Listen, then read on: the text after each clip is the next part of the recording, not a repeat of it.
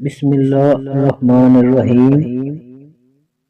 خصال و شمال نبی صلی اللہ علیہ وآلہ وسلم بیان کرنے کی کوشش کرتے ہیں۔ حلیہ شریف حضور سرور دو عالم صلی اللہ علیہ وآلہ وسلم کا حلیہ مبارک متفقہ روایتوں سے اس طرح بیان ہوا ہے۔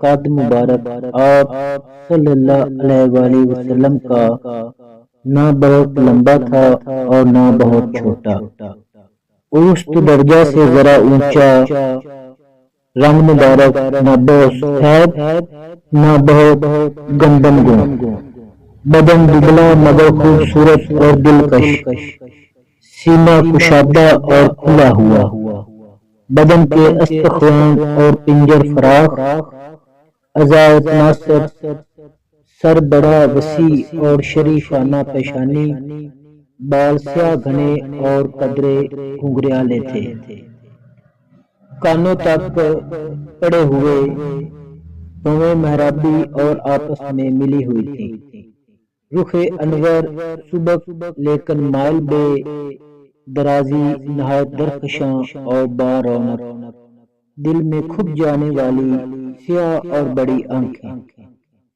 تیز سیاہ پتلیاں جو پلکوں کے لمبے اور سیاہ باریک بالوں سے اور بھی روشن معلوم ہوتی تھی، خوبصورت ابری ہوئی اور ستواں ناک، دانت کشادہ اور موتیوں کی طرح جلد صاف اور نرم، جسم میں لطافت اور نزہت، رخ انور پر غور و لحظیت کے اثار نمایاں، چہرہ ذکاوت سے روشن تھا۔ آپ مکہ بھر میں سب سے زیادہ حسین سمجھے جاتے تھے۔ حالات عمومی حضور پاک صلی اللہ علیہ وآلہ وسلم شانہ مبارک دانی طرف سے شروع کرتے، کفش مبارک دانی طرف سے پہلے پہنتے، خضاب آپ صلی اللہ علیہ وآلہ وسلم کا مہندی تھا، سرما رات کے وقت تین تین سلائی دونوں آنکھوں میں لگاتے تھے، لباس میں قمیض آپ کو زیادہ پسند تھی اور موٹا کپڑا بچھونا چمڑے کا تھا، جس میں بجائے روئی کے کھجور کے پتے بھرے تھے اور کبھی ٹاٹ بستر ہوتا تھا، جوتا مبارک دو دو تسمے والا ہوتا تھا۔ آپ نے پیٹ بھر روٹی اور گوشت نہیں کھایا سوائے کسی صحابی کی،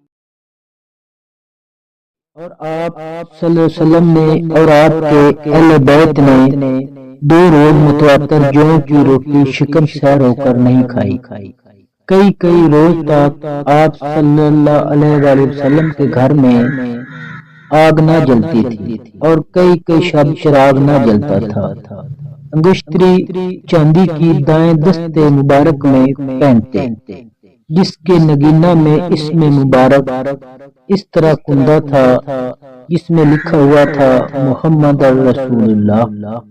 ذرا آپ کے پاس 2 تھیں جو فتح مکہ کے دن آپ پہنے ہوئے تھے، امامہ مبارک اس روز سیاہ رنگ کا تھا، تلوار مبارک کا قبضہ چاندی کا تھا، آپ کے پاس ایک چادر اور ایک تہ بند بہت سے پابند لگا ہوا تھا، اسی میں آپ صلی اللہ علیہ وآلہ وسلم کی وفات شریف ہوئی اور وہی دونوں کپڑے کفن ہوئے۔ آپ صلی اللہ علیہ وسلم کے وقت میں چھنی نہ تھی، پھونک لگا کر آٹا صاف کر لیتے، پتلی چپاتی کبھی نہیں کھائی، دسترخوان آپ صلی اللہ علیہ وسلم کا چمڑے کا تھا، ایک پیالہ لکڑی کا زنجیر آئینی سے جکڑا ہوا آپ کا برتن تھا، اس میں ہر چیز پینے کی پیتے، پھلوں میں ککڑی اور کھجور ملا کر کھاتے، عطر آپ صلی اللہ علیہ وسلم کو بہت پسند تھا، کبھی رد نہ کرتے تھے اور فرماتے تھے کہ یہ جنت کی خوشبو ہے۔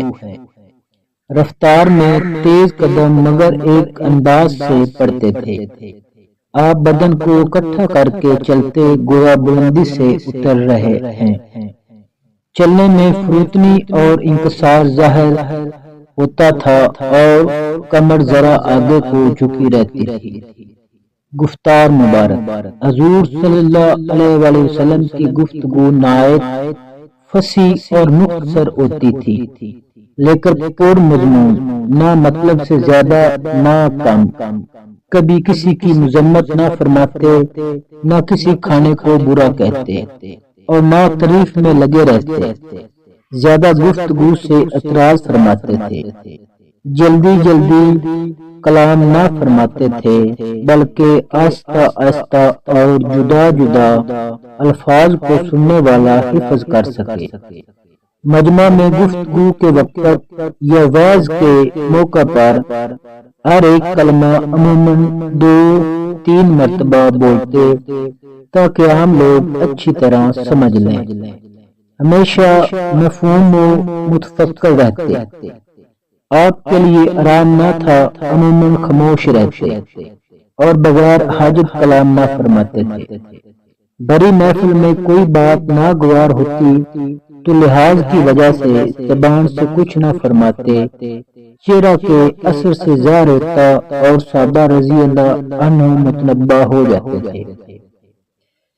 حضور صلی اللہ علیہ وآلہ وسلم کو جب کسی پر غصہ آتا تو اس کی طرف سے منہ پھیر لیتے، جب کسی سے خوش ہوتے تو صرف مسکرا دیتے۔ آپ کبھی قصوروار پر ناراض ہوتے نہیں دیکھے گئے، بلکہ زیادہ سے زیادہ یہ فرماتے، اسے کیا ہو گیا ہے، یا اس کی پیشانی خاک آلود ہو۔ اپنے لیے نہ کبھی غصہ کرتے اور نہ بدلہ لیتے۔ البتہ اگر حد تک اسلام ہوتی تو آپ کے غضب کی کوئی شے نہ روک سکتی تھی، جب تک اس کا بدلہ نہ لے لیتے، مطمئن نہ ہو جاتے۔ بلانے کے لیے اگر اشارہ کرتے تو پورے پنجہ سے کرتے، کیونکہ انگلی کا اشارہ تکبر ہے۔ تہجد کے وقت اپنے ہاتھوں کی انگلیاں ایک دوسرے ہاتھ میں ڈالتے، کبھی کبھی سچی اور درست خوشی طبی بھی فرماتے۔ نماز تہجد اس قدر دراز فرماتے کہ پائے مبارک ورم کر جاتے۔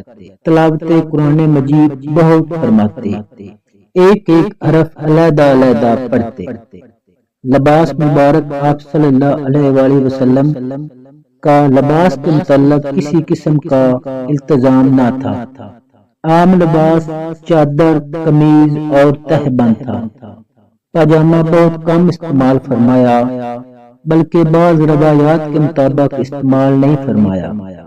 امامہ مبارک اکثر سیاہ رنگ کا ہوتا تھا، جس کا شملہ کبھی دوش مبارک پر، کبھی دونوں شانوں کے بیچ میں پڑا رہتا تھا۔ امامہ کے نیچے سر سے لپٹی ہوئی ٹوپی ہوتی تھی، اونچی ٹوپی کبھی استعمال نہیں فرمائی۔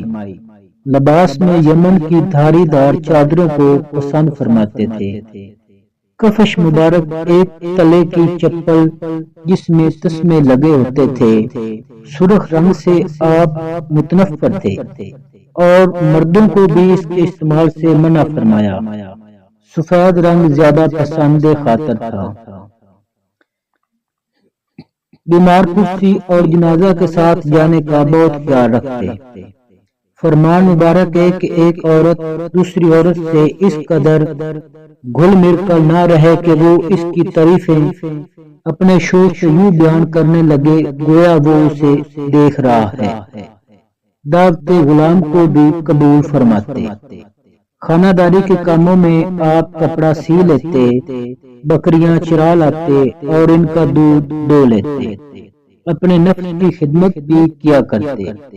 فحش کلام نہ کرتے تھے، بازار میں چلا کر نہ بولتے، برائی کا بدلہ برائی نہ کرتے بلکہ معاف فرماتے۔ سخی ایسے کہ کبھی نہ کا لفظ زبان پر نہیں آیا۔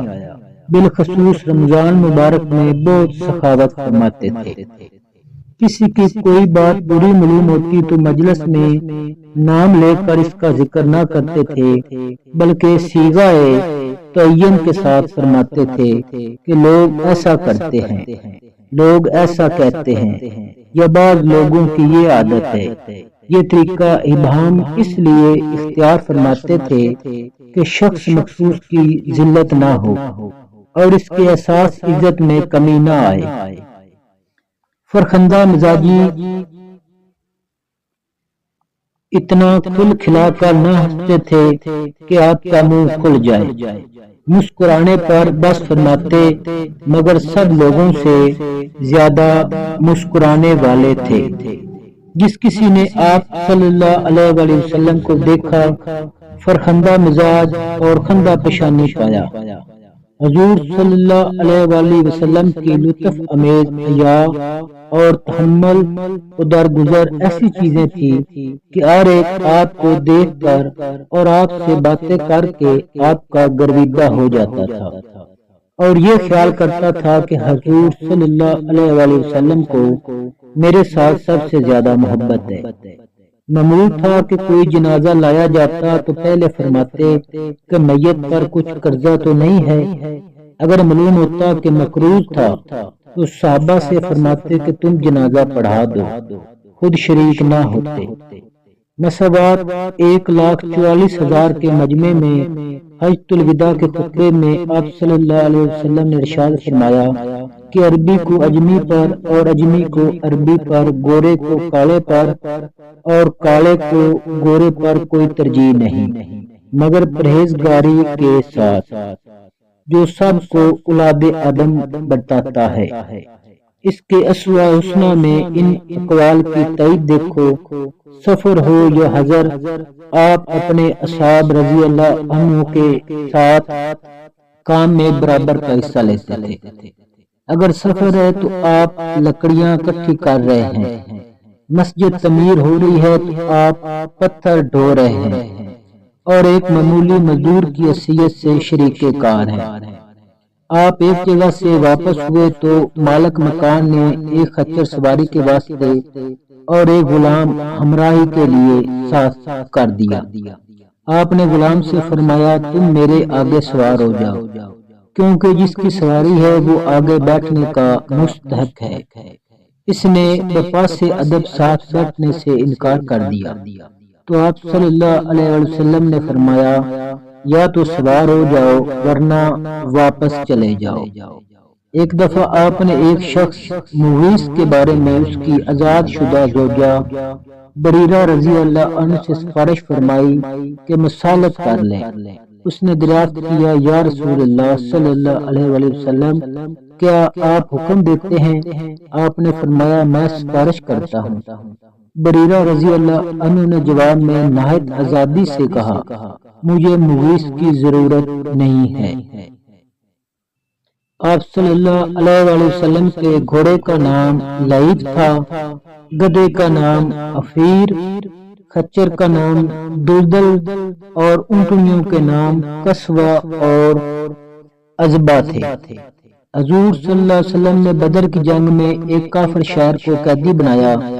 اس نے درخواست کی للہ میری جان بخشی فرمائے۔ حضور صلی اللہ علیہ وسلم نے فرمایا وعدہ کرو کہ تم آئندہ کبھی مسلمانوں کی ہجو نہ کرو گے اور کافروں کو شیر پاڑ کر نہ بھڑکاؤ گے۔